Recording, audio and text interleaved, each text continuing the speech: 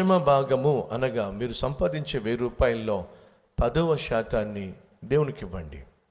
అలా దేవునికి ఇవ్వడం వల్ల ఆ పేద విధవరాలు చేసింది ఏమిటి? తన కలిగి ఉన్న కొంచెం రొట్టెలోనే మొదటి దాన్ని దేవుని సేవకునికి ఇచ్చింది.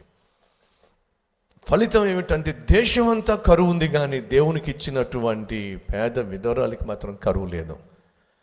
ఆ పేద విధవరాలు సేవిస్తున్న దేవుడే మనం సేవిస్తున్న దేవుడు. మలాకీ గ్రంథం 3వ అధ్యాయము 10వ వచనం సెలవిస్తుంది ఏమిటంటే, నా మందిరములో ఆహారము సమృద్ధిగా ఉండులాగున మీ సంపాదనలో దశమ భాగమును నా మందిరమునకు తీసుకుని వచ్చి నన్ను పరిశోధించండి.